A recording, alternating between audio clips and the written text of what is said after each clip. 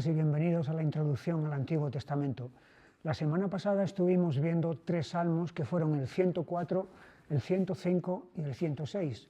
El 104 lo titulé Creador y sustentador de sus criaturas y veíamos que era como un documental en el sentido de los documentales de la televisión que están centrados en los animales, en la vida de los animales, y que tanto nos entusiasman a los mayores y también a los niños. Pero los documentales de la televisión se quedan cojos, porque comienzan con los animales, siguen con los animales y terminan con los animales, y todo termina ahí. El documental, entre comillas, del Salmo 104 no comienza con los animales, comienza con el creador de todos esos animales, después desciende a esas criaturas, a todos esos animales y todas las demás criaturas, incluso las inanimadas y también el ser humano, y termina con el creador. Así que, a diferencia de los otros documentales que se quedan cojos, y si no se quedan cojos, la referencia que hacen siempre es a la evolución como causa de todos esos animales, de la existencia de todos esos animales, es la evolución o la naturaleza, son las palabras que usan, son los términos que se han inventado, se han fabricado para echar a Dios, para quitar a Dios de todo ese escenario.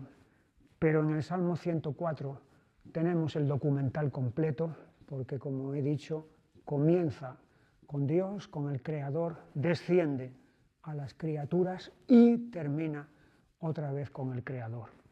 Y luego vimos los Salmos 105 y 106, los titulé La misma historia desde 2 ángulos, porque efectivamente es la historia de todo el itinerario del pueblo de Dios desde Egipto, pasando por el desierto y luego la entrada en Canaán.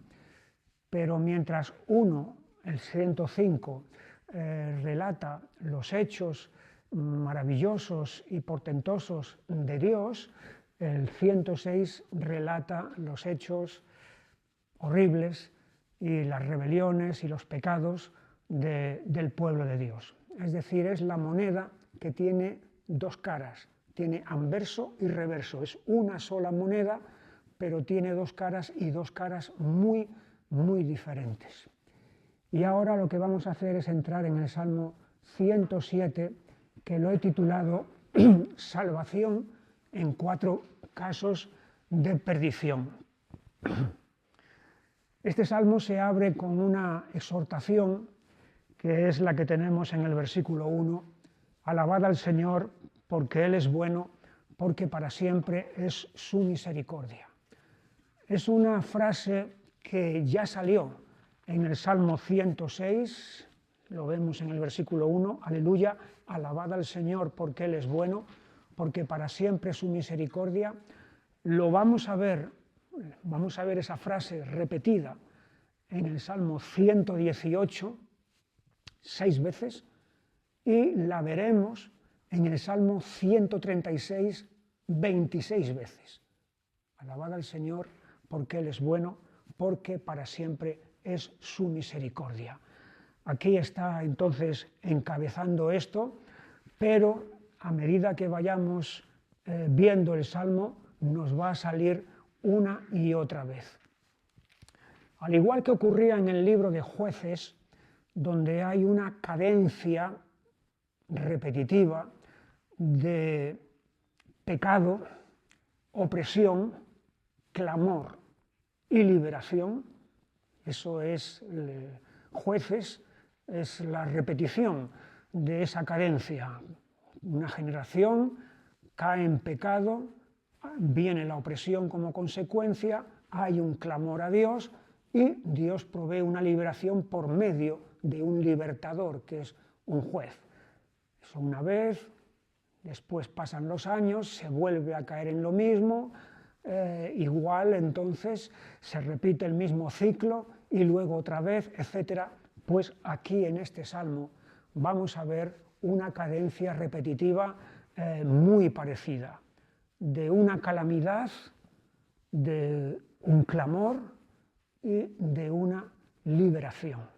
De hecho, como he puesto, hay 4 casos específicos que se definen de perdición.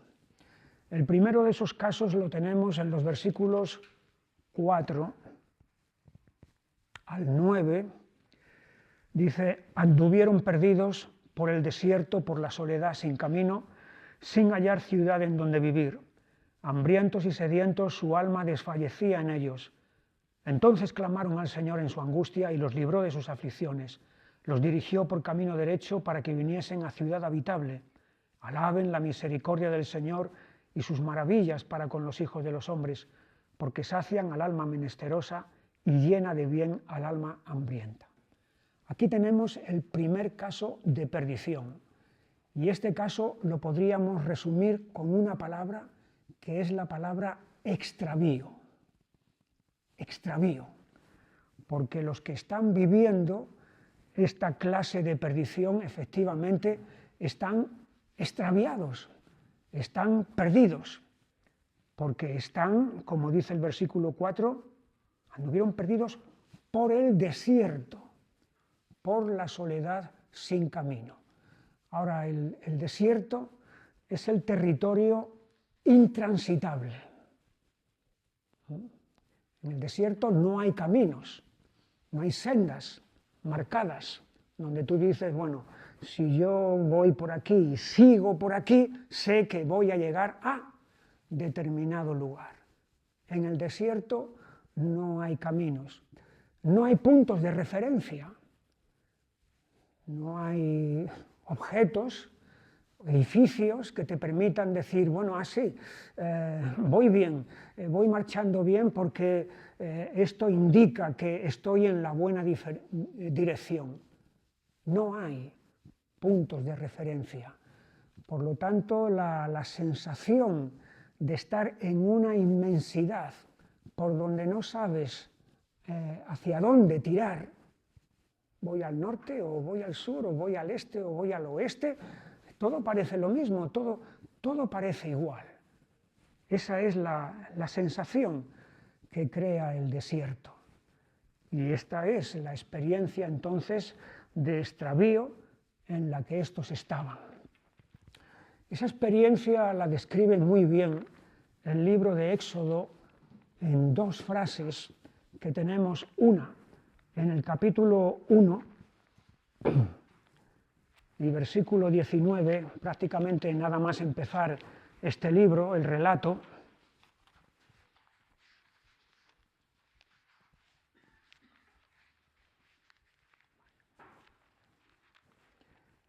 Deuteronomio 1:19, y salidos de Horeb, anduvimos todo aquel grande y terrible desierto que habéis visto.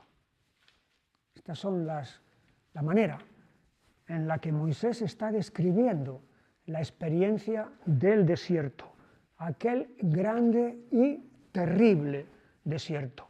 Y luego hay otro pasaje en este mismo libro, en el capítulo 32 y versículo 10, que dice: le halló en tierra de desierto y en yermo de horrible soledad.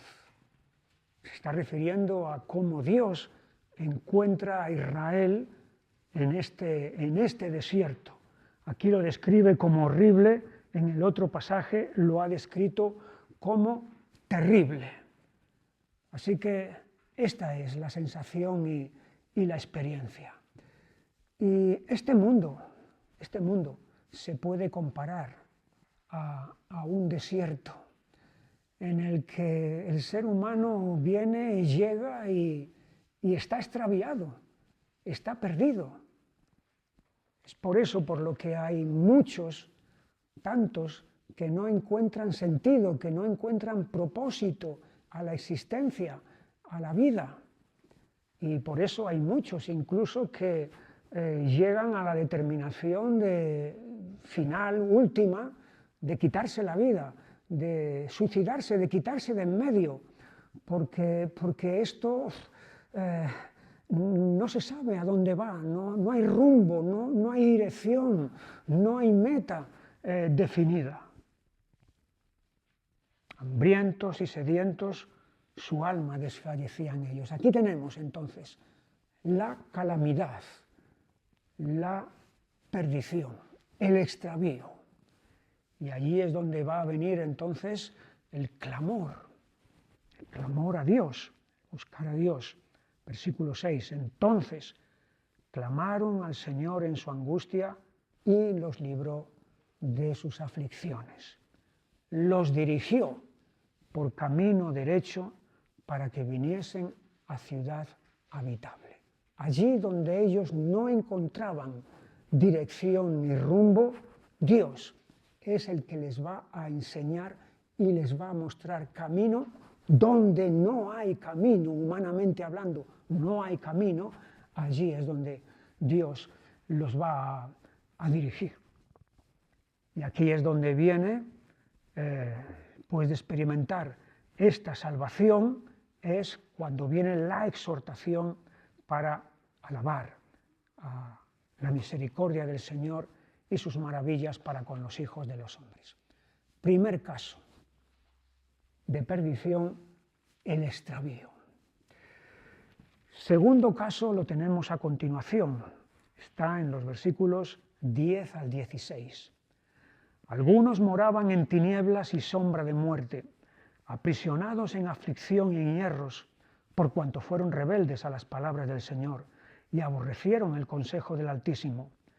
Por eso quebrantó con el trabajo sus corazones, cayeron y no hubo quien los ayudase. La experiencia del desierto es que podemos movernos por donde queramos, tenemos mucho territorio. El problema es que no sabemos a dónde tenemos que ir, no sabemos por dónde tenemos que tirar y por eso estamos totalmente desorientados y perdidos. La experiencia aquí es totalmente diferente, porque aquí no se pueden mover. Es la experiencia del cautiverio, la experiencia de estar aprisionados, de no poder moverse. Como dice el versículo 10, aprisionados en aflicción y en hierros. Y la palabra hierros describe muy bien la fuerza que tiene ese cautiverio, que no es un cautiverio menor, no es un cautiverio cualquiera, sino que es un aprisionamiento del cual es imposible librarse, imposible escapar. A diferencia de la experiencia del desierto, donde en el paisaje había luz, hay sol, puedes ver. Aquí es que están en tinieblas, como dice el versículo 10, y en sombra de muerte. Así que estás totalmente inmovilizado, preso, y además estás dentro de una cárcel, de una prisión, donde no hay ninguna luz natural. Y aquí se menciona la causa directa de por qué están de esta manera. Versículo 11. Por cuanto fueron rebeldes a las palabras del Señor y aborrecieron el consejo del Altísimo. O sea, no están aquí por casualidad, no están así por la mala suerte, sino que hay una causa directa y es precisamente esta rebelión contra la palabra de Dios. Es el principio bíblico que tenemos a lo largo de toda la Biblia de que el pecado tiene su paga y esa paga es terrible. Y esto es lo que ha ocurrido aquí.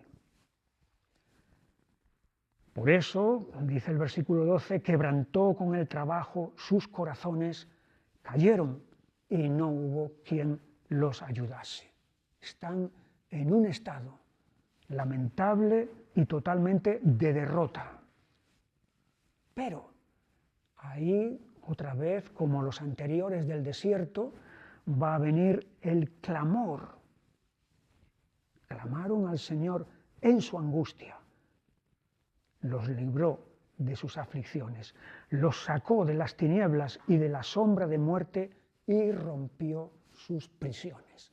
De tal manera que a estos cautivos, a estos presos, los ha liberado, los ha sacado a libertad, que es precisamente lo que ellos necesitaban. Versículo 16, porque quebrantó las puertas de bronce y desmenuzó los cerrojos de hierro. Otra vez, aquí vemos la fuerza que tenía este cautiverio, del cual ellos, por sí mismos, por sus propias fuerzas, no podían escapar. Las palabras bronce y hierro definen bien ese poder de este cautiverio. Pero han clamado a Dios y la respuesta ha sido la liberación total de ello. Por lo tanto, se exhorta aquí también a estos que han tenido esta experiencia, versículo 15, alaben la misericordia del Señor y sus maravillas para con los hijos de los hombres. Segundo caso de perdición, cautiverio. Primero, extravío. El tercero lo tenemos a continuación, versículo 17. Fueron afligidos los insensatos a causa del camino de su rebelión y a causa de sus maldades. Su alma abominó todo alimento y llegaron hasta las puertas de la muerte.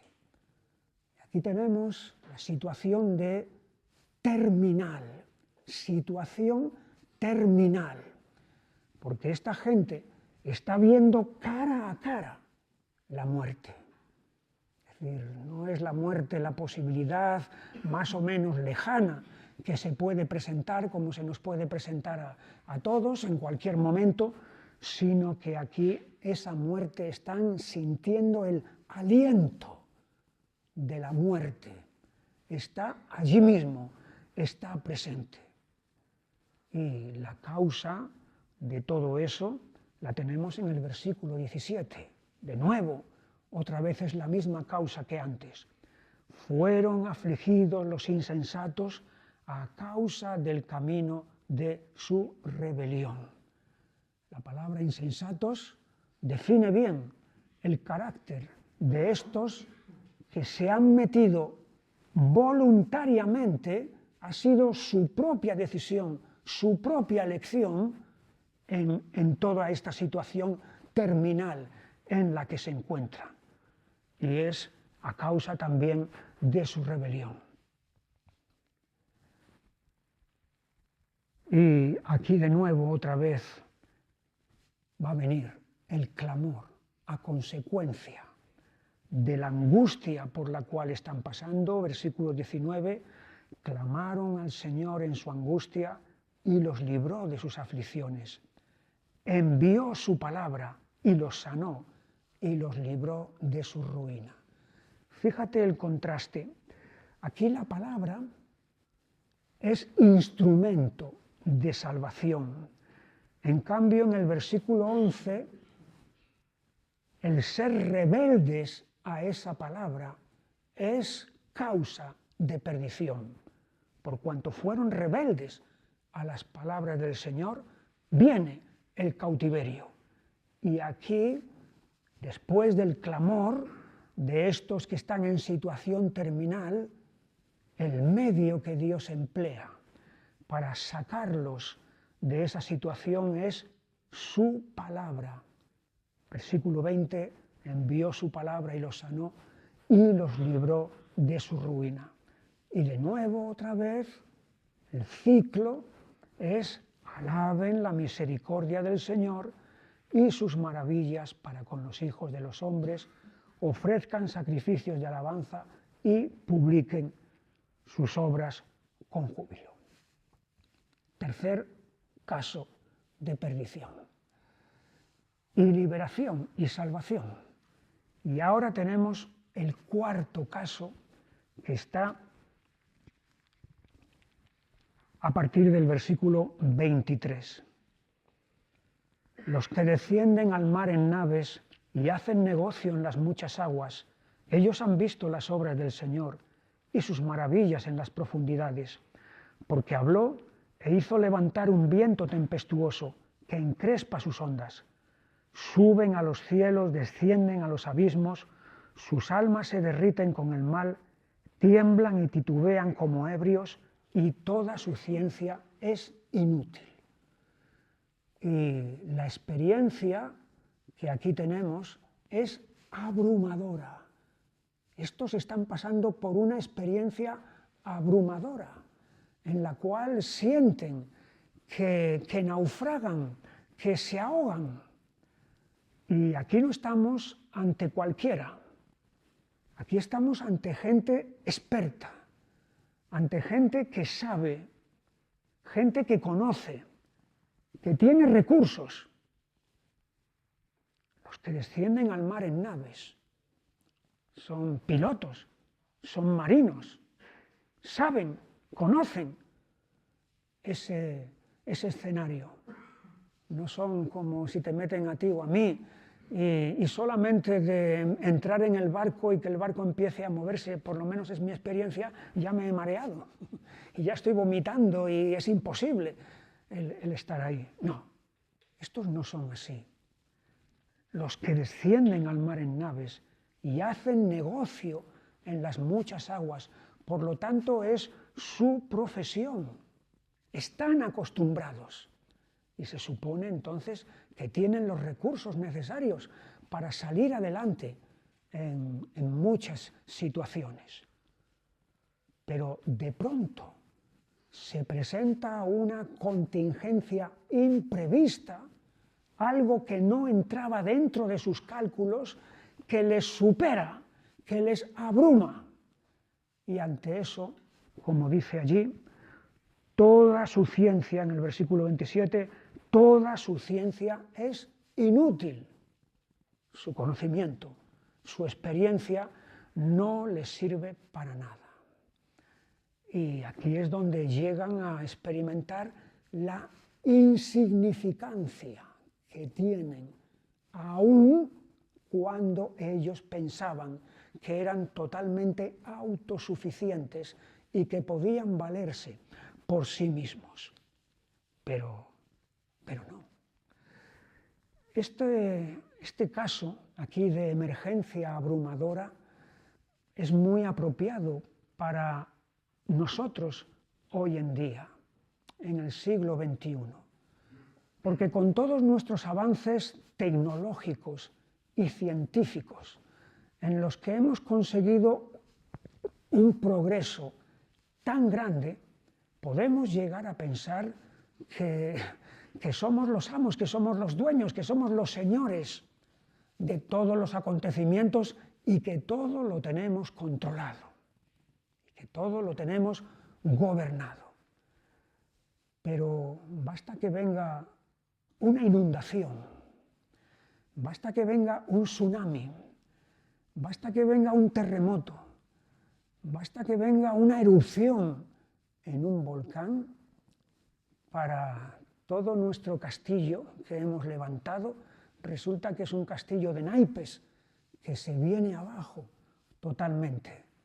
Y nos sentimos anonadados e impotentes ante todas esas fuerzas que se han desatado. Y entonces todo eso nos pone en nuestro sitio verdadero, de ver que en realidad no somos mucho o no somos nada.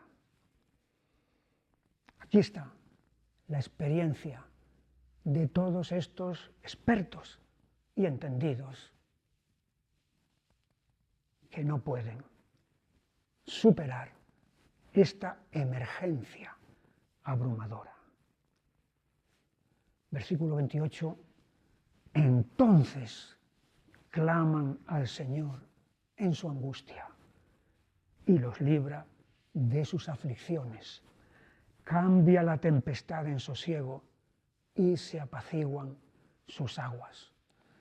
Quizá podríamos ver una escena materializada, reflejada de esto en un pasaje que todos conocemos muy bien, que está en el Evangelio de Marcos, allí en el capítulo 4.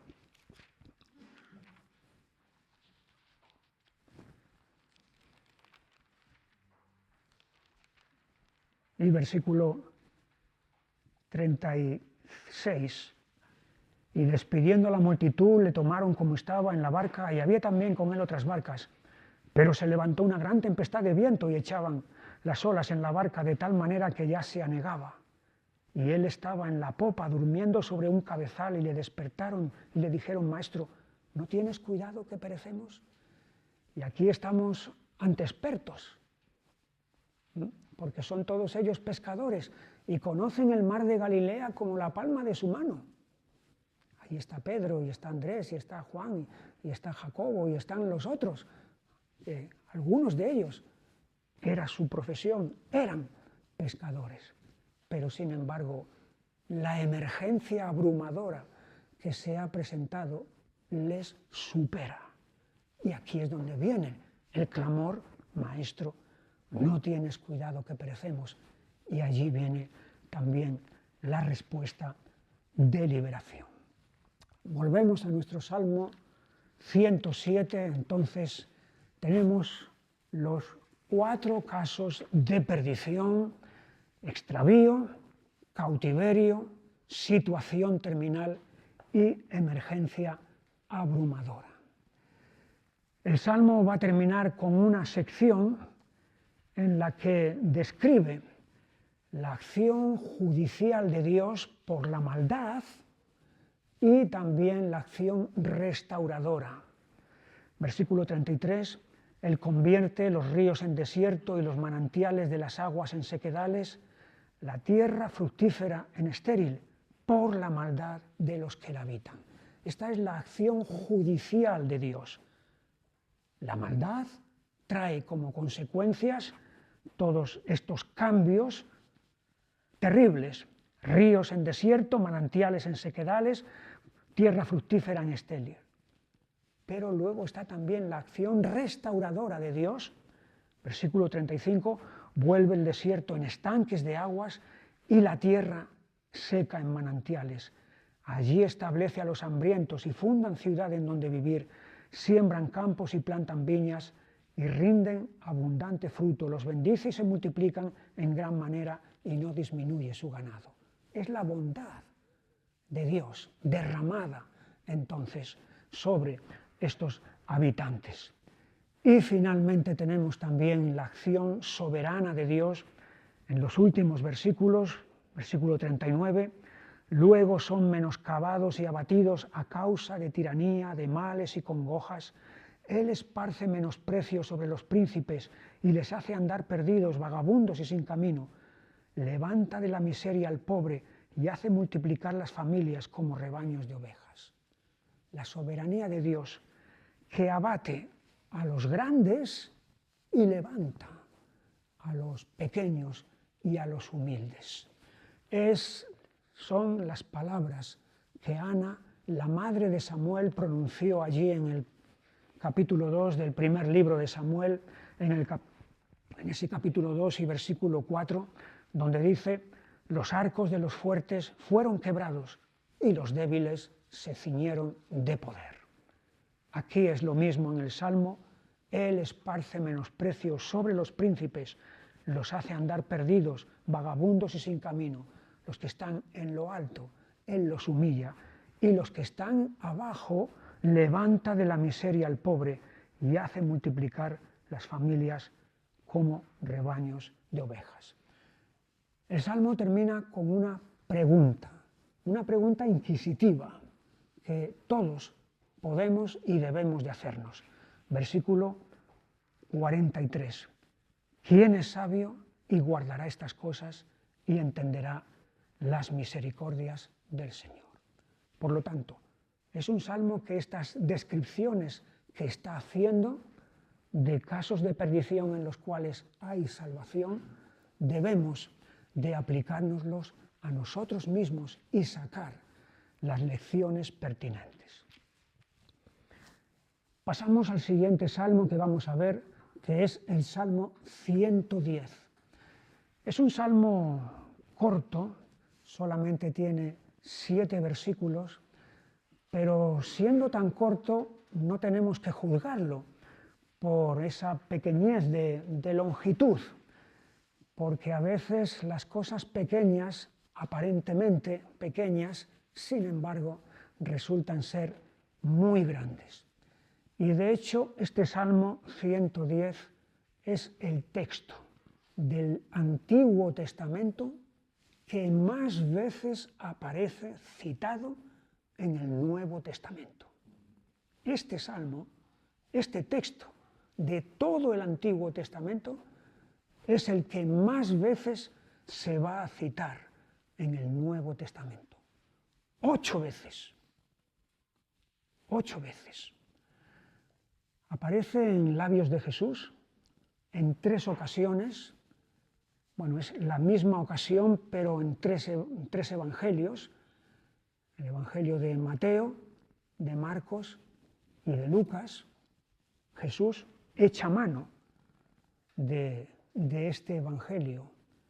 Cuando a él le están preguntando, pero preguntando con mala fe, para ponerle en aprietos y pillarle en algún renuncio y por lo tanto tener de qué acusarlo, le están preguntando si es lícito dar tributo a César o no, le están preguntando que cómo puede ser que haya resurrección de muertos, si se da el caso de alguien que tuvo 7 maridos, entonces ¿con quién va a estar? Si hay resurrección de muertos, ¿cuál va a ser su verdadero marido?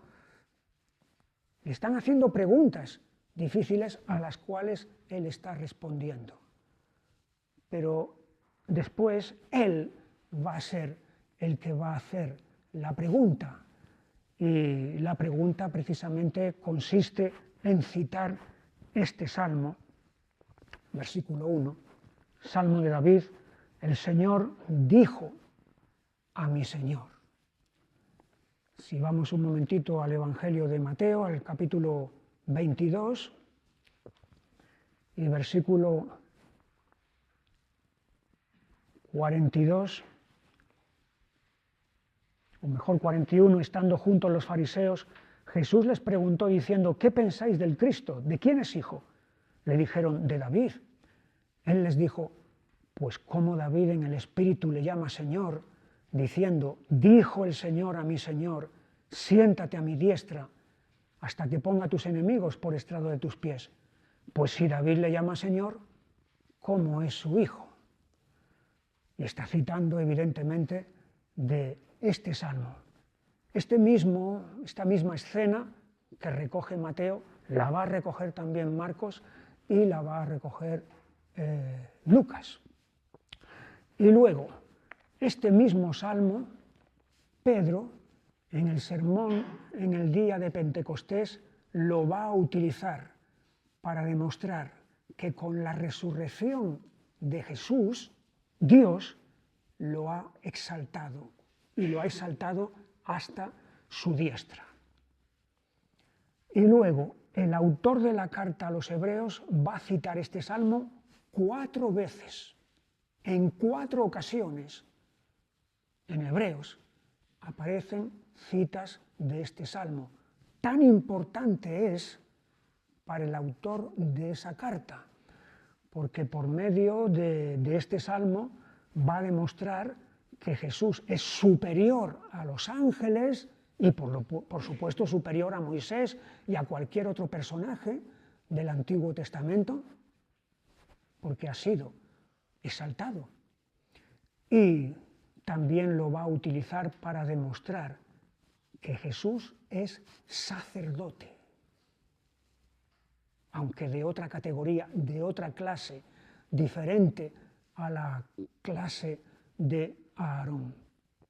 Así que Salmo 110, pequeño, pero muy grande, muy grande. El Salmo es de David, y ya hemos leído en este pasaje de Mateo que Jesús dice: pues como David en el Espíritu Santo dice, dijo el Señor a mi Señor. Entonces Jesús mismo está confirmando que la autoría humana es de David, aunque la autoría divina es del Espíritu Santo, como ocurre con toda la Escritura, que toda ella viene del Espíritu Santo mediante autores que son humanos. Lo primero de todo es el versículo 1, cuando dice, el Señor dijo a mi Señor.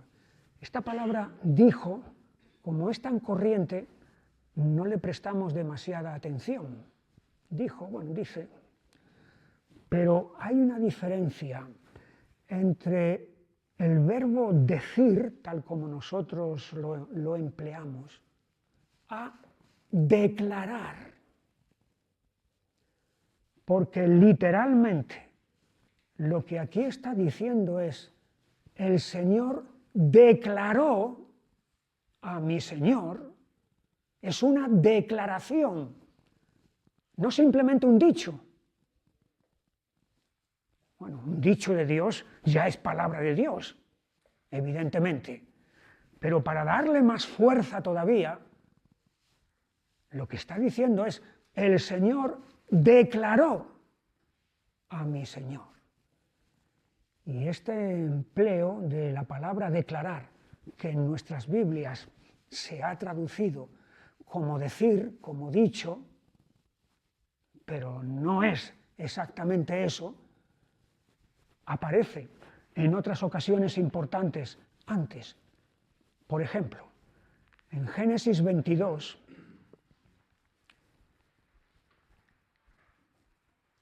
en el capítulo 22, en el versículo 16, es el ángel del Señor, una vez que Abraham ha obedecido y ha llevado a Isaac hasta el lugar del sacrificio, hasta el lugar de la entrega, y viendo la obediencia de Abraham, entonces, versículo 15, llamó el ángel del Señor a Abraham por segunda vez desde el cielo y dijo, y esta palabra es decir, la palabra normal y corriente, decir, por mí mismo jurado, dice el Señor, y aquí es, declara el Señor, hay una diferencia entre y dijo, por mí mismo he jurado, declara el Señor. ¿Te das cuenta?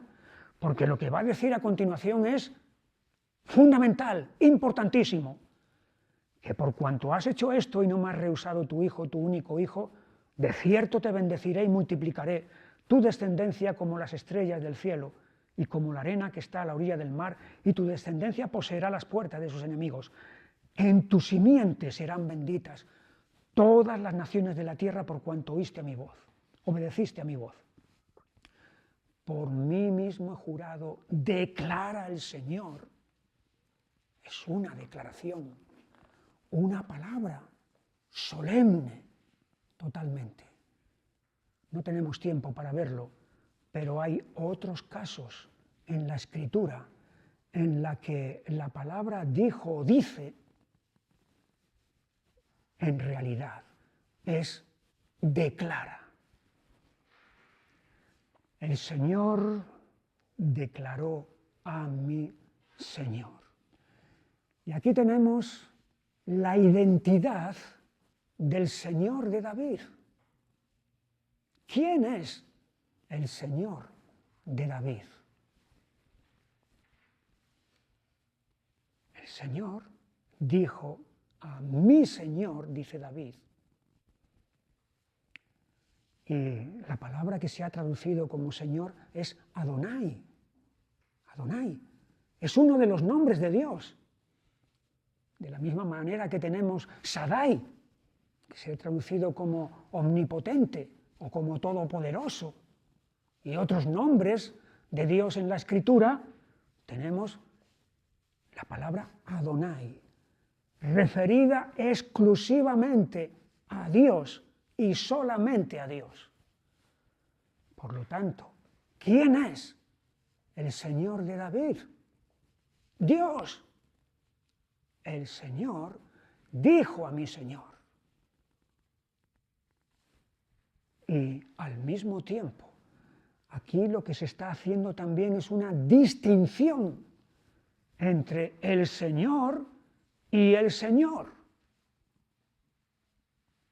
Hay una identificación entre ambos, porque el primero es Dios y el segundo es Dios también.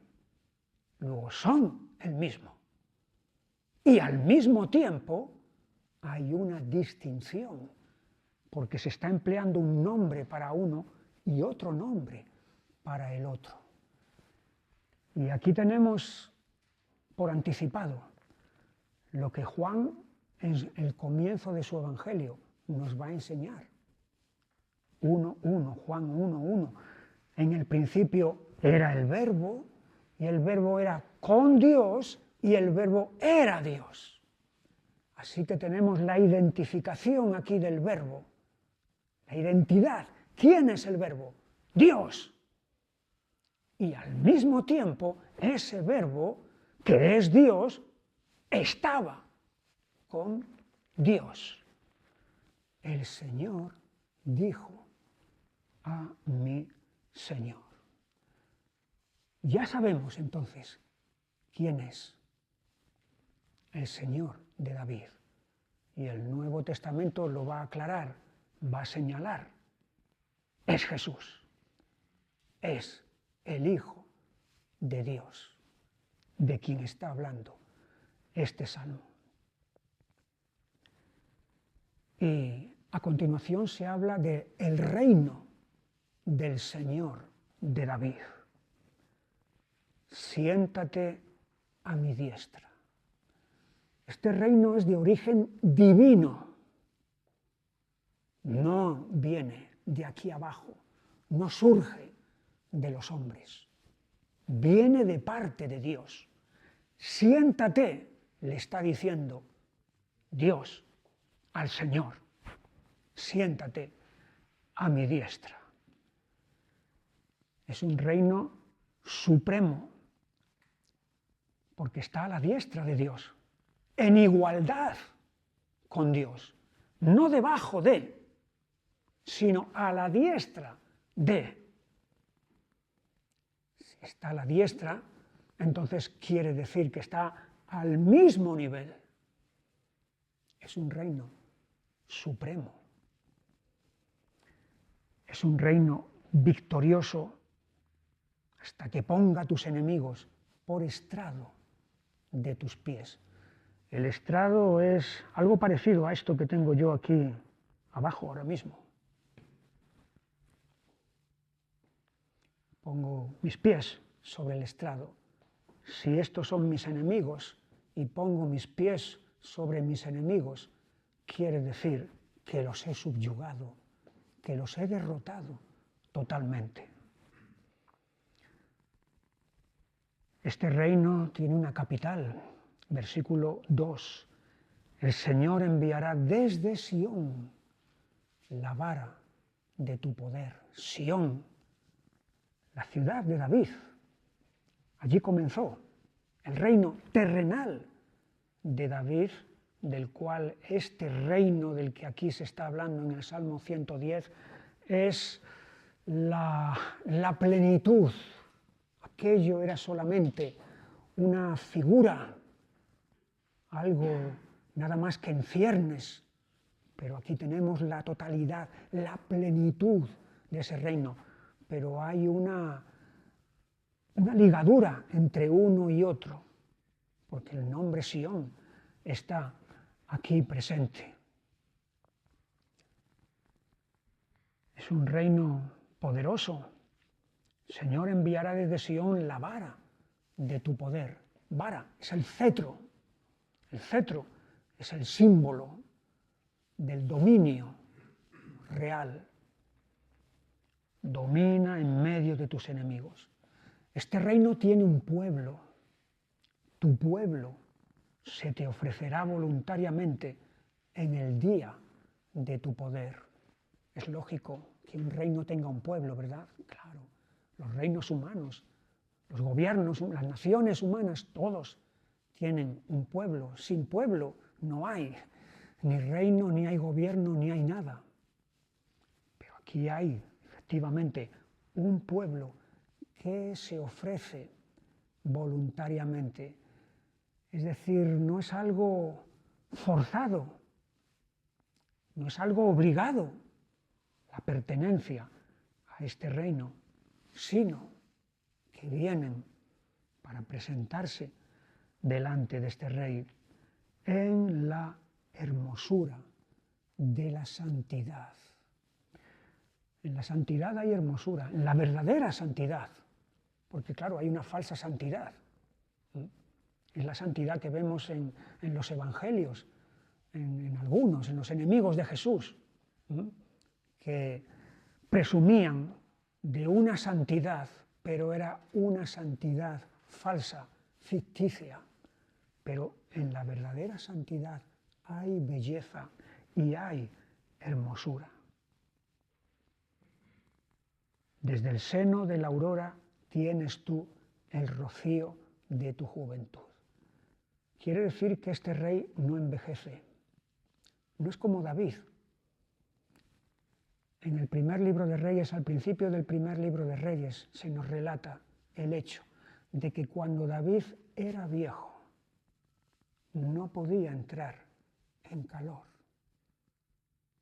Estaba viejo, estaba decadente. Pero aquí este rey tiene el rocío de su juventud. Por lo tanto, no hay que temer de que haya una decadencia en este rey.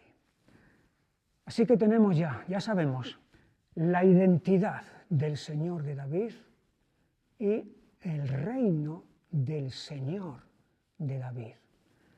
Pero el Salmo continúa para hablarnos del sacerdocio del Señor de David. Versículo 4. Juró el Señor y no se arrepentirá, tú eres sacerdote para siempre, según el orden de Melquisedec. En el Antiguo Testamento era imposible ser rey y ser sacerdote al mismo tiempo. No, era imposible. Si uno era sacerdote, no podía ser rey, y si era rey, no podía ser sacerdote, porque los reyes descendían de la tribu de Judá, de la descendencia de David, y los sacerdotes venían de la tribu de Leví, de la descendencia de Aarón. O eres de uno o eres de otro, pero imposible que seas de las dos. No puedes ser de las dos tribus a la vez. Jesús era de la tribu de Judá, de la descendencia de David. ¿Cómo puede ser él entonces sacerdote? Pues por la sencilla razón de que él no es sacerdote según la clase de Aarón, según la descendencia de Aarón, sino que tiene otra clase de sacerdocio, del cual Melquisedec, rey y sacerdote, es el prototipo. Allí tenemos la escena en Génesis en el capítulo 14 y versículo 18. Entonces Melquisedec, rey de Salem y sacerdote del Dios Altísimo, sacó pan y vino y le bendijo diciendo: bendito sea Abraham del Dios Altísimo, creador de los cielos y de la tierra, y bendito sea el Dios Altísimo que entregó tus enemigos en tu mano. Y le dio a Abraham los diezmos de todo. Melquisedec, que significa rey de justicia, ese nombre. Melqui es rey y Sedec es justicia. Y rey de Salem, la palabra Salem, es de donde viene la palabra Salom, que es rey de paz. Y este no es un sacerdote y un rey pagano, no, porque a lo mejor podríamos pensar, bueno, en el paganismo un sacerdote podía ser rey y un rey sacerdote, pero es que aquí no estamos ante un rey pagano, porque este es sacerdote del Dios Altísimo. Altísimo es uno de los nombres de Dios en el Antiguo Testamento? Pues de acuerdo entonces a esta clase de sacerdocio, que no es de Aarón, es según el cual es sacerdote el Señor de David. Este sacerdocio es de Dios, su origen está en Dios. Juró el Señor. Es además un sacerdocio inmutable. Juró, es una palabra firme y solemne, no cambia. La duración de este sacerdocio es eterna.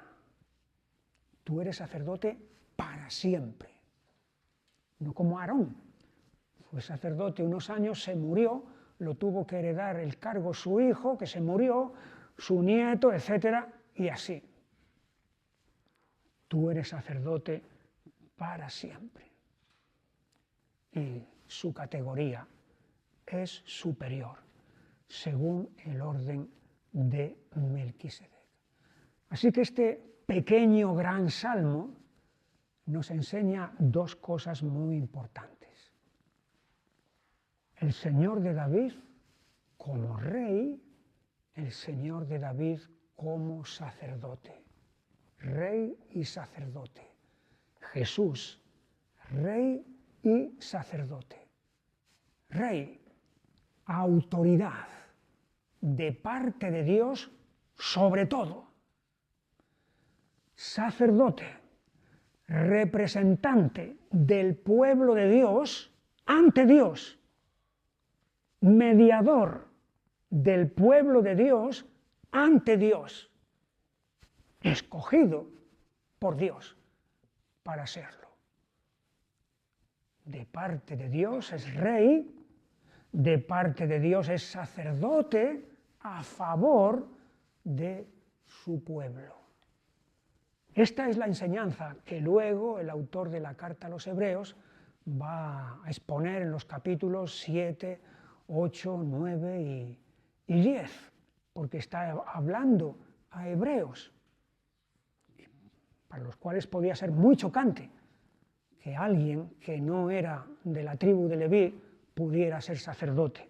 Pero él señala esto para decir, ya estaba en el Antiguo Testamento mismo previsto que así fuera. El Salmo termina con esta victoria anunciada del versículo 1, siéntate a mi diestra hasta que ponga a tus enemigos por estrado de tus pies. Es decir, es una victoria anunciada. No se ha consumado, no se ha materializado, pero en el versículo 5 en adelante ya se ha hecho efectiva. El Señor está a tu diestra, quebrantará a los reyes en el día de su ira, juzgará entre las naciones, las llenará de cadáveres, quebrantará las cabezas en muchas tierras. Del arroyo beberá en el camino, por lo cual levantará la cabeza.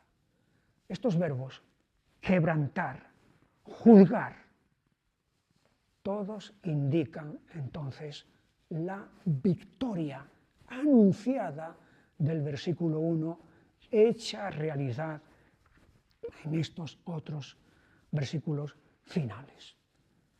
Rey y sacerdote. Y pasamos así a continuación, y ya con eso, con este salmo, vamos a terminar. Es el Salmo 118. Si decíamos que el Salmo 110 fue citado 8 veces en el Nuevo Testamento, el pasaje del Antiguo más veces citado en el Nuevo, este Salmo va a ser citado 7 veces. Está muy cerca, no llega al 110, pero muchas veces, hasta 7. El versículo 22, la piedra que desecharon los edificadores ha venido a ser cabeza del ángulo, es un pasaje que va a estar en boca de Jesús en los evangelios de Mateo, Marcos y Lucas. Va a estar en boca de Pedro delante del Sanedrín que lo está juzgando, y va a estar en su primera carta también. Y luego, el versículo 26, bendito el que viene en el nombre del Señor, también va a ser citado por Jesús. Así que Jesús cita en 3 ocasiones el versículo 22. La piedra que desecharon los edificadores ha venido a ser cabeza del ángulo. Es con motivo de la parábola que él puso sobre los labradores malvados, que cuando el señor de la viña envió a recoger fruto, ellos maquinaron y mataron al enviado. Volvió a enviar otro, lo volvieron a matar, hasta que por fin mandó a su hijo y dijeron, este es el heredero, lo matamos y nos apoderamos de la viña. En esa ilustración que él pone es donde va a citar este pasaje, la piedra que desecharon los edificadores ha venido a ser cabeza del ángulo. Y luego también cita en el versículo 26, bendito el que viene en el nombre del Señor, cuando hace el lamento sobre Jerusalén. ¿Cuántas veces quise juntar a tus hijos como la gallina junta a sus polluelos y no quisiste? Por tanto, no me veréis más hasta que digáis, bendito el que viene en el nombre del Señor. Esas son las citas que Jesús hace de estos dos pasajes. Y luego ya hemos dicho, entonces, que es Pedro también el que lo va a citar en el libro de los Hechos y luego también en su primera carta. Este salmo tiene el nombre contraído de Dios 6 veces. El nombre contraído de Dios es lo que vemos en el versículo 5. Desde la angustia invoqué al Señor, y fíjate que el nombre aparece con 2 consonantes. El nombre de Dios completo tiene 4 consonantes, ¿verdad? 4. Pero hay ocasiones, especialmente, aunque no únicamente, en el que en el libro de los Salmos aparece este nombre contraído. 6 veces aparece en este salmo. Desde la angustia invoqué al Señor y me respondió el Señor.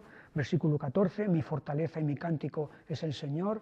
Versículo 17, no moriré sino que viviré y contaré las obras del Señor. 18, me castigó gravemente el Señor. 19, abridme las puertas de la justicia, entraré por ellas, alabaré al Señor. Este nombre contraído de 2 consonantes nada más es precisamente la terminación de la palabra aleluya. Aleluya. Alelu es alabad ya al Señor. Así que esa palabra tan popular que hasta los que no creen la usan en determinado aleluya, viene precisamente de aquí, contiene el nombre de Dios. Así que utilizar esa palabra en plan superficial es tomar en vano el nombre de Dios, porque ahí está contenido. Versículo 1, alabad al Señor porque Él es bueno, porque para siempre es su misericordia. Esto ya nos ha aparecido, ¿verdad? El Salmo 107, y ahora nos va a volver a aparecer aquí varias veces. Solamente lo supera el Salmo 136. 5 veces aparece aquí. Otra palabra que es muy conocida, muy popular, es la palabra hosana. Está en el versículo 25. Oh Señor, sálvanos ahora, te ruego. Esta expresión, sálvanos ahora, es Hosiana. oh Señor, Hosiana, sálvanos ahora, te ruego. Y es la que va a aparecer en la entrada de Jesús en Jerusalén cuando los muchachos comiencen a gritar y a decir, Hosana, bendito el que viene en el nombre del Señor. Esa palabra viene también de este salmo que tenemos aquí.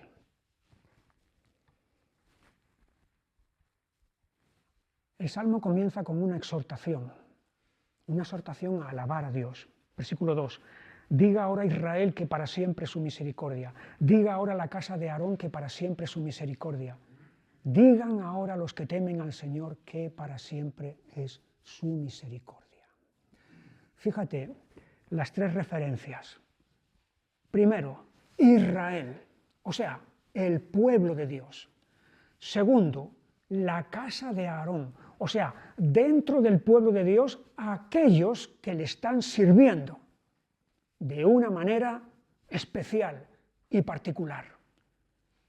Y no solamente se queda en Israel y dentro de Israel, en el núcleo, por así decirlo, de los que le sirven, sino que cualquiera, aunque no sea de Israel, que le teme, digan ahora los que temen al Señor, sean de la nación que sean, que para siempre es su misericordia.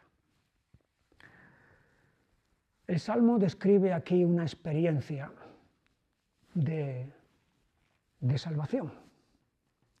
Una experiencia de salvación porque se está en una experiencia de angustia. Versículo 5, desde la angustia. Todos hemos experimentado la angustia en una u otra intensidad en algún momento de nuestras vidas. La palabra angustia tiene que ver con estrechez, con ser puestos, por así decirlo, entre la espada y la pared. Eso genera angustia. Y la experiencia que va a relatar aquí este salmo, desde la angustia invoqué al Señor, es algo parecido a lo que veíamos en el Salmo 107, también es de la angustia, los que estaban extraviados, los que estaban cautivos, los que estaban superados, desde la angustia invocaron, clamaron al Señor y me respondió el Señor poniéndome en lugar espacioso. Lo espacioso es lo contrario de lo angustioso. Lo angustioso es lo estrecho. Lo espacioso es lo amplio, donde tengo libertad y me puedo mover. Y aquí está descrito, desde el versículo 5 hasta el versículo 21, entonces, esta experiencia. Es alguien que lo está pasando mal. Es alguien que está rodeado, asediado, de ahí la angustia, por enemigos muy poderosos y muy numerosos. Versículo 10. Todas las naciones me rodearon.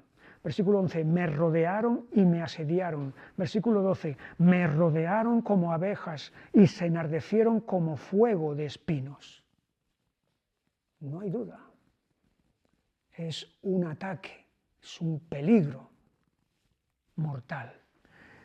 Y en ese sentido yo creo que aquí está la experiencia de otros que podríamos ver del Antiguo Testamento, pero yo creo que hay un personaje que puede describir muy bien lo que aquí estaba sucediendo, y ese personaje es el rey Ezequías. Podemos ver algo de su experiencia allí en el segundo libro de Reyes, en el capítulo 19,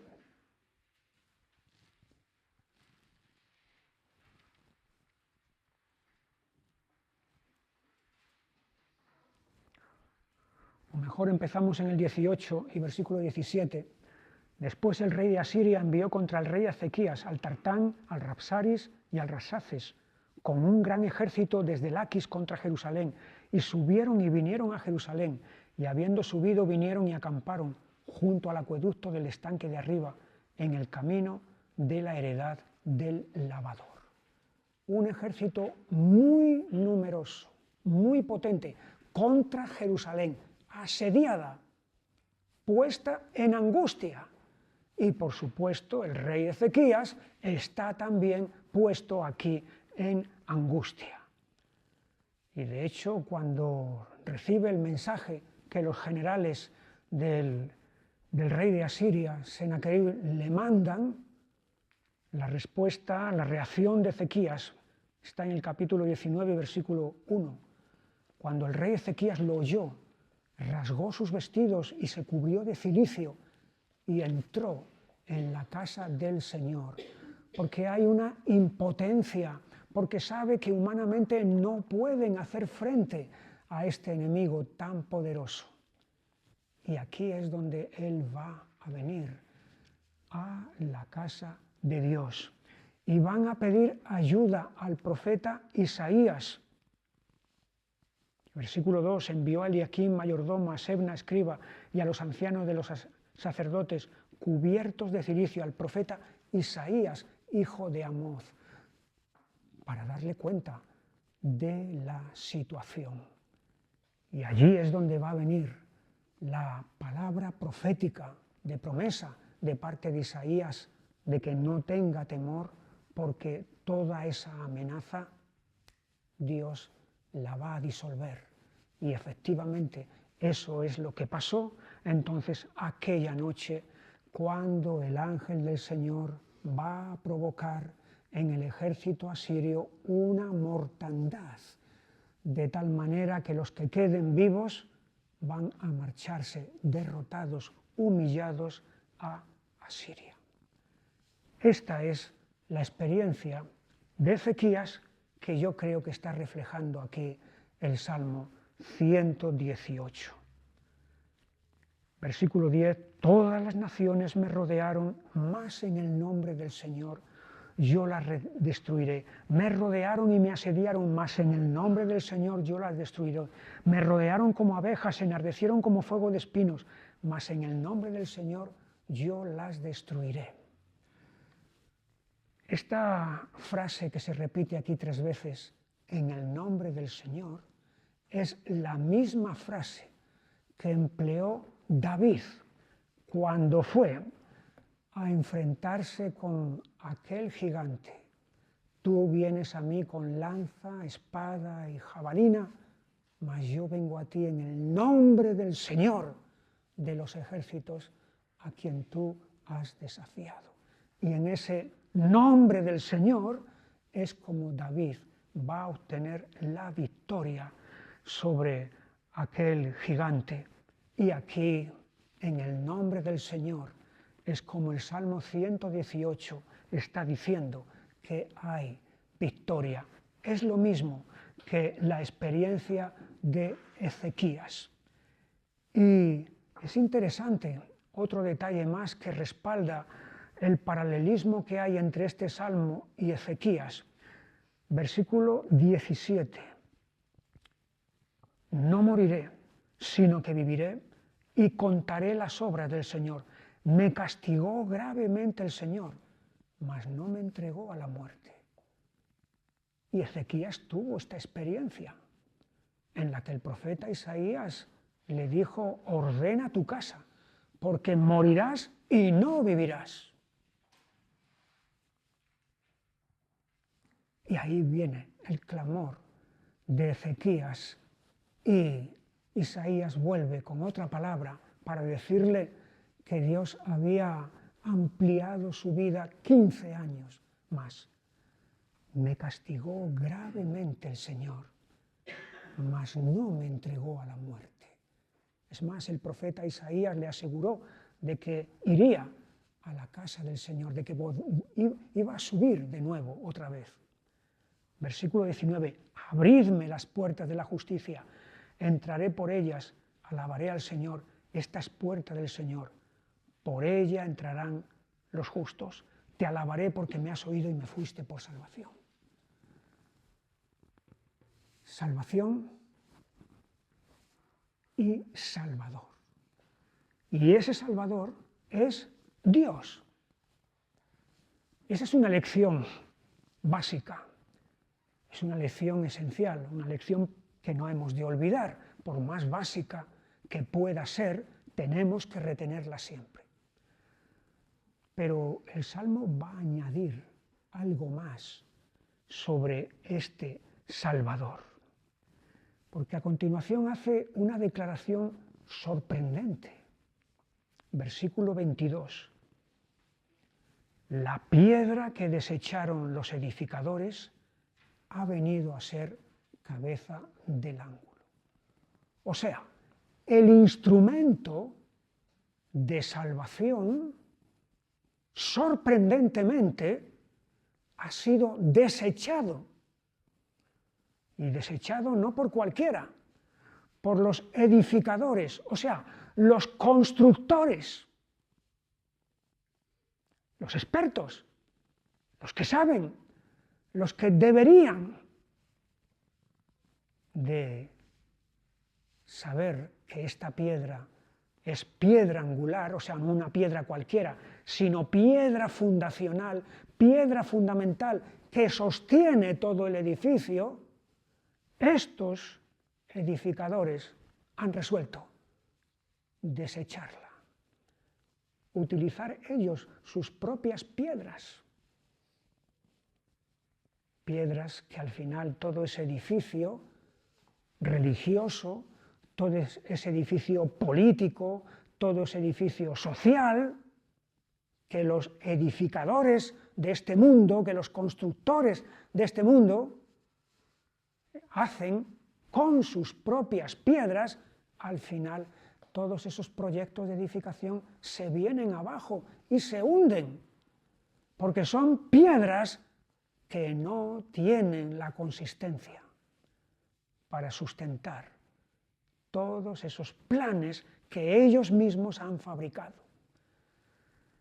Pero el plan de Dios, el propósito de Dios, el edificio de Dios, la casa de Dios, tiene esta piedra que es cabeza del ángulo, la cual sorprendentemente ha sido desechada por los edificadores. Así que el instrumento de salvación resulta que es rechazado. En ese sentido, esto nos lleva a lo que dijo aquel anciano Simeón cuando tuvo en brazos a Jesús. En el Evangelio de Lucas, en el capítulo 2 y versículo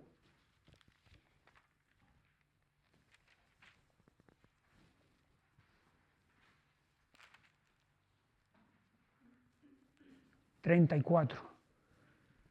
Y los bendijo Simeón y dijo a su madre María: he aquí, este está puesto para caída y para levantamiento de muchos en Israel, y para señal que será contradicha. Señal que será contradicha, señal de parte de Dios, evidentemente, por lo tanto debería ser aceptada, recibida, pero no. Una señal de parte de Dios que es contradicha, o sea, rechazada, desechada, la piedra angular que ha sido desechada. De parte del Señor es esto. Los edificadores han desechado la piedra. Y esto es de parte del Señor. Entra dentro de sus propósitos y de sus planes. No es algo que le pilla desprevenido. No es algo que le pilla con el pie cambiado, como decimos popularmente. No, de parte del Señor es esto. Y es cosa maravillosa a nuestros ojos. Este es el día que hizo el Señor. Nos gozaremos y alegraremos en él. El día de la resurrección, el día en el que esa piedra desechada es exaltada, es el día que hizo el Señor y es motivo de gozo y de alegría para su pueblo. Y ahí viene la exclamación del versículo 25, oh Señor, sálvanos ahora, oh sana, sálvanos ahora. Terminamos, versículo 27, o mejor 26, bendito el que viene en el nombre del Señor, desde la casa del Señor os bendecimos, el Señor es Dios y nos ha dado luz, atad víctimas con cuerdas a los cuernos del altar. Mi Dios eres tú y te alabaré, Dios mío te exaltaré. Alabad al Señor porque Él es bueno, porque para siempre es su misericordia. El Salmo comienza y termina de la misma manera, con ese Salvador y esa salvación. Aquí lo dejamos y en la próxima ocasión entonces seguiremos, si Dios quiere. Así que el Señor os bendiga y hasta entonces. Hizo por mí incontables son sus maravillas.